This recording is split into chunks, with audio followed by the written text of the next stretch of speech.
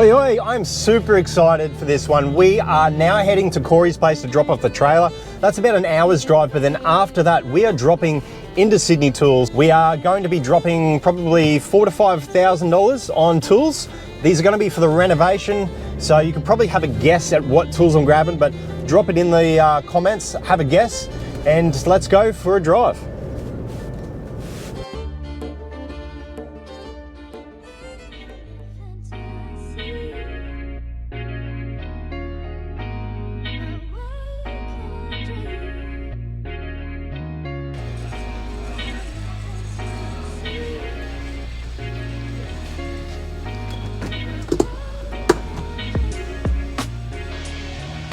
One other thing that's on the list is new jigsaw. I don't know if I go in Milwaukee for that or not.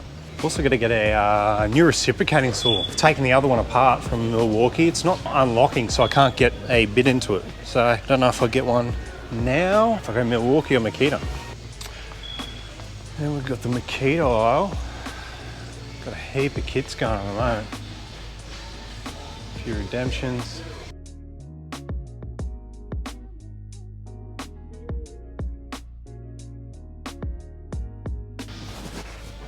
These kits are massive. Look at that. So you must get the two boxes, that one and that one. Box one, box two. 6,800.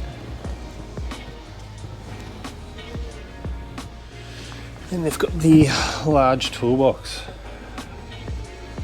Still not sure how I could utilise it. Whether I get it just to trial it. Obviously locks in. Unlocks. It's massive. They're definitely bigger in person. With the big wheels.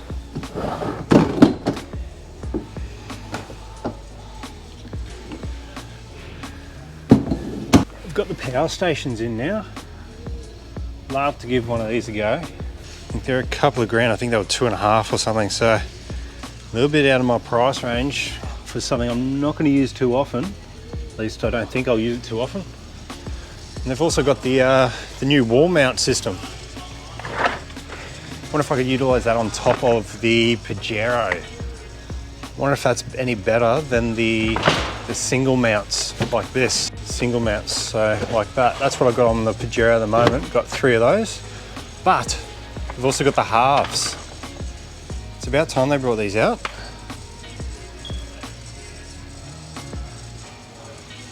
Really interested to see how I could utilise those. I might be able to get an extra one of these on top of the Pajero. I don't use it too often, but I love the idea and the system. Well, the veto, that's one I really want to get on there. One of the guys at work, Andrew, has one. Really nice. I don't know if he's got that or the bigger one. Might be that one. Oh, damn. Here we go. I haven't seen one of these in person yet. Look at that. Veto Tech Wheeler.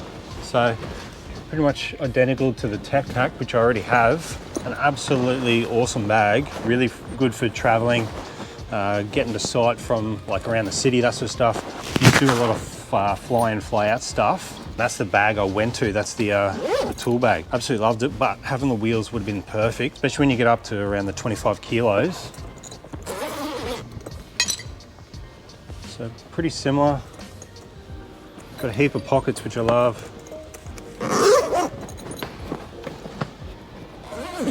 That's the front. Looks like that actually might remove. I haven't looked too much into these. So they have got the removable pockets. Yeah, there you go. That can probably come out and get swapped out with something else. You do lose a little bit of space because of the handle. Pretty sure these are around the $500 to $600 here though. Pretty pricey, but if you're doing a lot of certain work, ooh, that's very smooth. Wow, look at that. The finishes and quality of the veto is really what you're paying for. They'll last you a lifetime.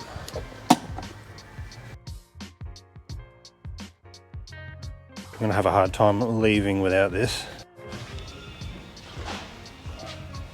The Bosch.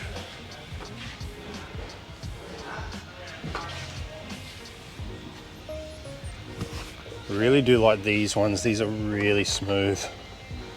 Talked about this on Instagram, I think, a few times. I think these are the 240 volt ones though. Oh no, this is 18 volt. Where's the battery go on these? Oh yeah, on the back there. Really nice feeling. Not that I've got much experience with miter saws. It's actually not bad. For 1,500 bucks, that's the 305. Check out this little beast. It's probably under 10 kilos. Here's all your pliers for your sparkies. One pair of marbles.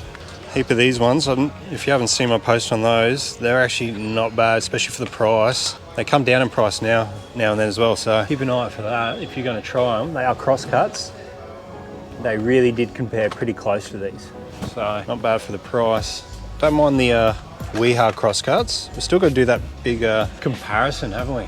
There's all your new Milwaukee ones. My main problem with these, they're obviously the same as the NWS. I'm pretty sure they're probably just a rebranding of NWS, which I absolutely love. I love NWS, but I'm not a fan of the smaller ones. These are only 180. I like the 225mm. Similar to pretty much all these, you got your 200s. These are probably 200 and something, 200. Don't like much bigger. Like your Milwaukee's a 240. Can't see it, but they're a lot bigger. So if I put that up against, look at that. Your Nipex, Canipex.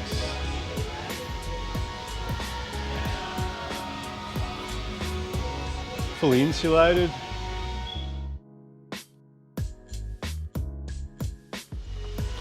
It's pretty close to getting Festool. I was looking at getting their track saw maybe. Well, one of them, they got quite a few, 160, 210. Probably don't need a 210. Everyone reckons they're the way to go. Definitely like this setup.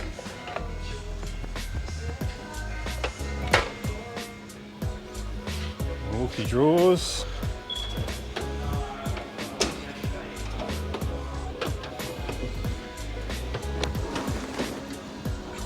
Tool organizer.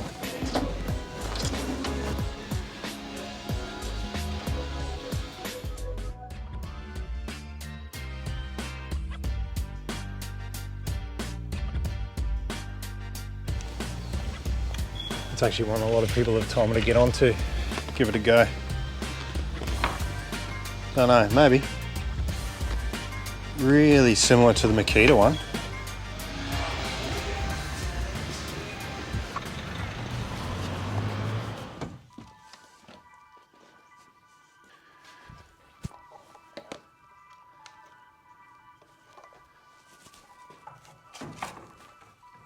Makita, we're back. We're back. And I know there's gonna be a heap of people asking, why have I gone to Makita? Aren't you a Milwaukee guy? I'm gonna be running through probably a whole other video on that, basically why I've chosen what I've chosen and why I've moved. I haven't moved from Milwaukee, but I am stepping my toes back into the Makita world. So we'll definitely do a whole other video later and might even get a whole pile of questions from you guys. So if you do have any questions about all that, hit me up. But I just wanna show you what I got. But before we do get into that, I do want to thank Tradify. They have sponsored this video. They have a job management app which is trusted by more than 30,000 tradies. And if you're after a really good deal, check out the description for more details. So we'll start off with the Milwaukee gear that I did get. So this and this were from Sydney Tools. This was from Amazon. This just came the other day. So I'll leave a link for that in the description of this video so you can check out where to get that, because these are really hard, or not really hard, but they're not off the shelf in Australia. You've got to import them. So I think it was about $450. I don't know how much different this is going to be. This is just the pin nailer, the 23 gauge. How much different it's going to be compared to this one, the finishing nailer. I did get the kit, so it comes with the framing nailer and the finishing nailer. It also did come with the batteries, charger, and the bag. And for the price, it was actually really quite good. So I got both of those in there. We've got the pin nailer and we've got the brand new belt sander. I have been keen to try this. I do need a new belt sander, which is why I jumped on this one.